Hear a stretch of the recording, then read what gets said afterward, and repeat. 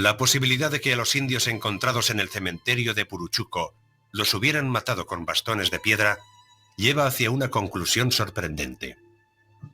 A la mayoría los mataron no los españoles, sino otros indios.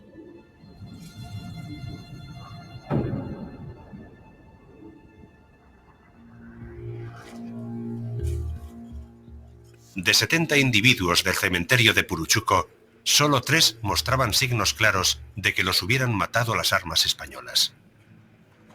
Esto ponía en tela de juicio los relatos de las crónicas. ¿Qué sucedió de verdad en el sitio de Lima? Willy sabe que para llegar al fondo de este misterio, además de la ciencia forense, necesita la colaboración de otras disciplinas, como la historia. Durante 500 años nos han contado que un puñado de españoles, con sus hierros y sus caballos, fueron capaces de conquistar un imperio.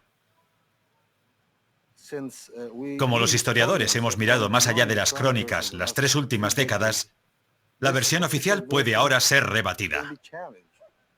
El historiador Efraín Trelles ha estudiado los archivos históricos de los comienzos de la colonización española en Perú. Se encuentran en lugares como estos: el archivo de los franciscanos, del convento de San Francisco, en Lima. Un caso judicial hace tiempo olvidado y que tuvo lugar en Lima muchos años después del asedio, atrajo la atención de Efraín. Arrojaba nueva luz sobre los acontecimientos de agosto de 1536. Años después de la rebelión, los herederos de Pizarro se querellaron contra la corona. En el juicio, sostuvieron que el coste de defender Lima del asedio había tenido repercusiones en los bienes de Pizarro y que debían ser compensados por ello. La corona no estuvo de acuerdo. Llevaron a indios que habían estado presentes durante el asedio. Los indios declararon que en las luchas hubo pequeñas escaramuzas, pero no una gran batalla.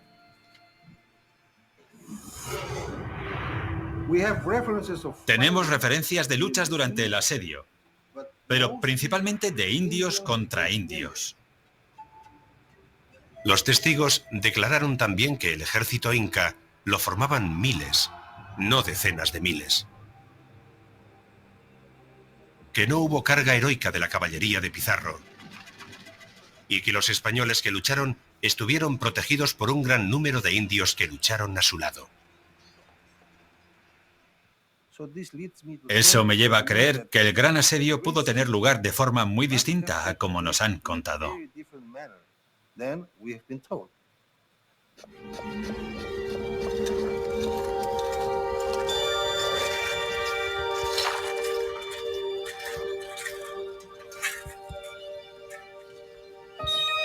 El descubrimiento de Willy de que la mayoría de los guerreros de Mochito murieron a manos de otros indios apoya la versión de los hechos que se relataron en el juicio.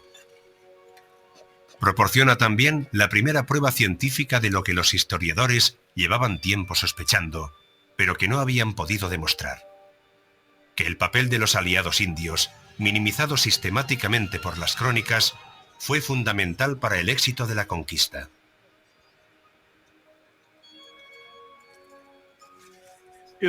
Cuando estudias cómo se realizó la conquista, queda muy claro que los aliados de Pizarro fueron muy importantes para la victoria final. No solo en el campo de batalla, su apoyo logístico tuvo una importancia enorme.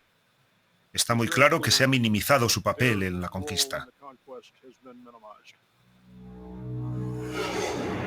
Nadie ha encontrado más pruebas de la importancia para los españoles de los aliados indios que María Rostorovsky. A sus 91 años, es la historiadora viva más respetada de los Andes. Los españoles recibieron una enorme ayuda de sus aliados indios. Este hecho, pasado por alto en las crónicas, cambia por completo nuestra visión de la conquista. Sin ella, la historia es absurda.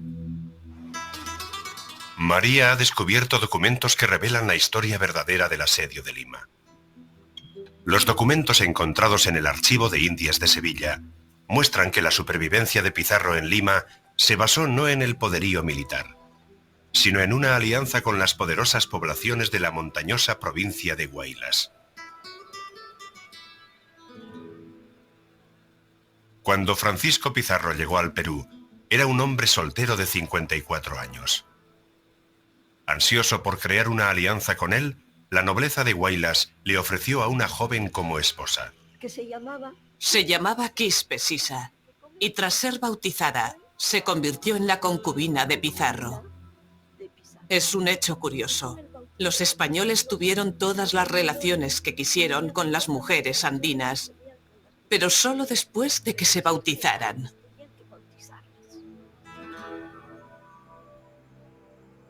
La joven concubina de Pizarro, Quispe Sisa, estaba con él en Lima cuando el ejército indio asedió la ciudad en agosto de 1536. Cuando el pequeño ejército inca se aproximaba a Lima, Pizarro realmente hizo que la caballería cargara para defenderse. Siguieron a los guerreros incas hasta el lecho de un río seco a las afueras de la ciudad, donde los caballos españoles comenzaron a romperse las patas con las enormes piedras.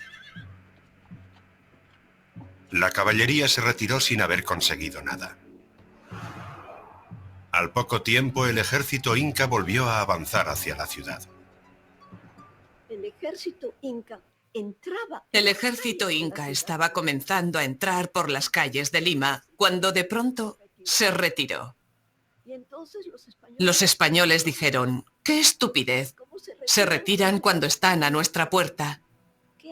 ¿Qué había ocurrido?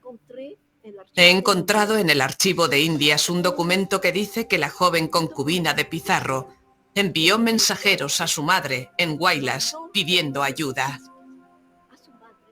Pidió un ejército a su madre y su madre lo envió. La madre de Quispe Sisa era jefa por derecho propio. Tan pronto como recibió la noticia de que su hija estaba rodeada en Lima, envió un gran ejército para liberar la ciudad. A Lima la salvó no los conquistadores heroicos, sino un ejército enviado por la madre de la joven concubina de Pizarro. Cuando los indios de Huaylas llegaron a Lima, el ejército inca comprendió que su situación se había vuelto desesperada. La balanza se había inclinado a favor de los españoles. El ejército inca se retiró de forma desordenada. Fueron perseguidos por unos pocos españoles, acompañados y protegidos por grandes grupos de guerreros de Huaylas. La batalla del asedio de Lima fueron pequeñas escaramuzas en los alrededores de la ciudad. Es probable que en una de esas escaramuzas, Mochito y sus hombres encontraran la muerte a manos de los españoles y sus aliados indios.